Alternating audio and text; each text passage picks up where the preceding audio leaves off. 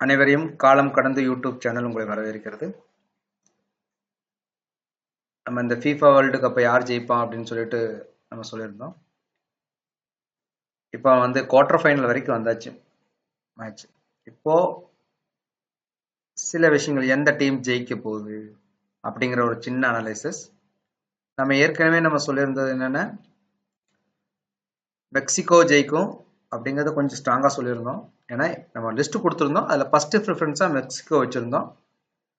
ஆனால் கூட அதில் ரெண்டு விஷயம் நான் சொல்லியிருந்தேன். அஸ்ட்ராலஜிக்கெலாம் மெக்சிகோ ஃபைனல் வந்திருந்தால் மெக்சிகோ தான், மெக்சிகோட அந்த கேப்டனோட ராசி கடக ராசி, அதனால் ஜெயிக்கிறதுக்கான வாய்ப்பு நிறையா இருக்குன்னு சொல்லியிருந்தோம். அது நடக்காமல் போயிடுச்சு. இருந்தாலும் இன்னொரு லாஜிக் நான் சொல்லியிருந்தேன். ஹிஸ்டரிக்கலாக ஏற்கனவே அந்த ஹிஸ்டரியில் எப்பெல்லாம் சவுத் அமெரிக்காவில் நார்த் அமெரிக்காவில் எப்பெல்லாம் டோர்னமெண்ட் நடந்திருக்குதோ அப்போ ஜெயிச்சது பூராமே சவுத் அமெரிக்கா, லூசர்ஸ் வந்து யூரோப். ஈவன் நீங்கள் நார்த் அமெரிக்கா சவுத் அமெரிக்கா ரெண்டையுமே எடுத்துட்டா கூட மொத்தம் நடந்த மேட்ச் நீங்கள் பார்த்தீங்கன்னா தெரியும். 8 தடவை 8ல் ஒரே ஒரு ட்ரிப் அது சவுத் அமெரிக்காவில் நடக்கும்போது யூரோப் ஜெயிச்சிருக்கு. மற்றபடி மேக்சிமம் சவுத் அமெரிக்கா தான். ஸோ அமெரிக்காவில் ஒரு உலகக்கோப்பை மேட்ச் அது நடத்துது அப்படின்னாலே மோஸ்ட்லி சவுத் அமெரிக்கா தான் ஜெயிச்சிருக்குது. ஸோ 90% சவுத் அமெரிக்கா தான் ஜெயிச்சிருக்குது. இப்போ இந்த வேர்ல்டு கப் இப்போ பார்த்தீங்கன்னா நம்ம சொன்ன டீம், இந்த எல்லோ கலராக மார்க் பண்ணதெல்லாம் நம்ம சொன்ன டீம். ஸோ இதில் பார்த்தீங்கன்னா பிரான்ஸ், நார்வே, அர்ஜென்டினா, இது மூணும் நம்ம சொன்ன 10 டீமில் 3 டீம் உள்ளே வந்துருச்சு. இந்த 3 டீமில் பார்த்தீங்கன்னா ஒரே ஒரு டீம் மொராக்கோ, ஆப்பிரிக்கா டீம், அப்புறம் எல்லாமே யூரோப் டீம். பார்த்துட்டு ஒரே ஒரு டீம் தான் அர்ஜென்டினா. ஸோ நம்ம ஃபர்ஸ்ட் சாய்ஸில் விட்டு அதுக்கு அடுத்ததில் நம்ம ஃபர்ஸ்ட் சொன்னது அர்ஜென்டினா. இப்போ இருக்கிற மேட்ச் எவ்வளோ டஃபாக போகும்னு நமக்கு தெரியாது.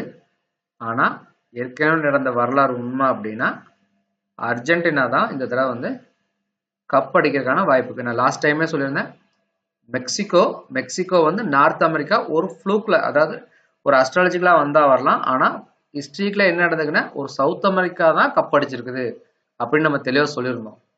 ஸோ இப்போ அர்ஜென்டினாவுக்கு அந்த வாய்ப்பு வந்து பிரகாசமாக இருக்கிற மாதிரி தான் இருக்கு. இருந்தாலும் நான் ஏற்கனவே சொன்ன பிரான்ஸுக்கு வந்து என்னென்னா அந்த அந்த நாடு வந்து அவரோட கேப்டன் வந்து தனுசு ராசி அதிபதி 8ல் உச்சம்.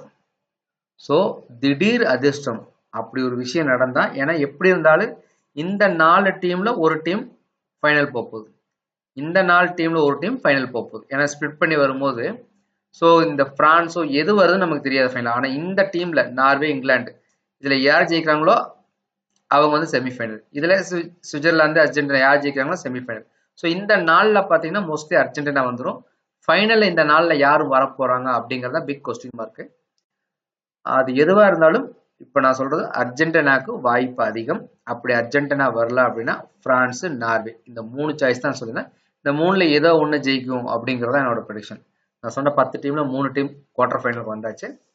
ஸோ பொறுத்திருந்து பார்ப்போம். இப்போ என்னோட சாய்ஸ் வந்து அர்ஜென்டினா.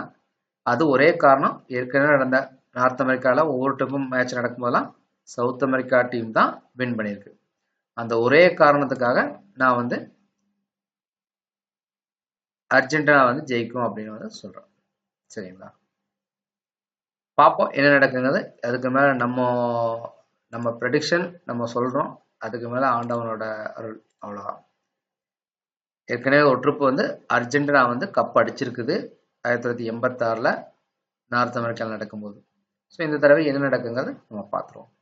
நன்றி, வணக்கம்.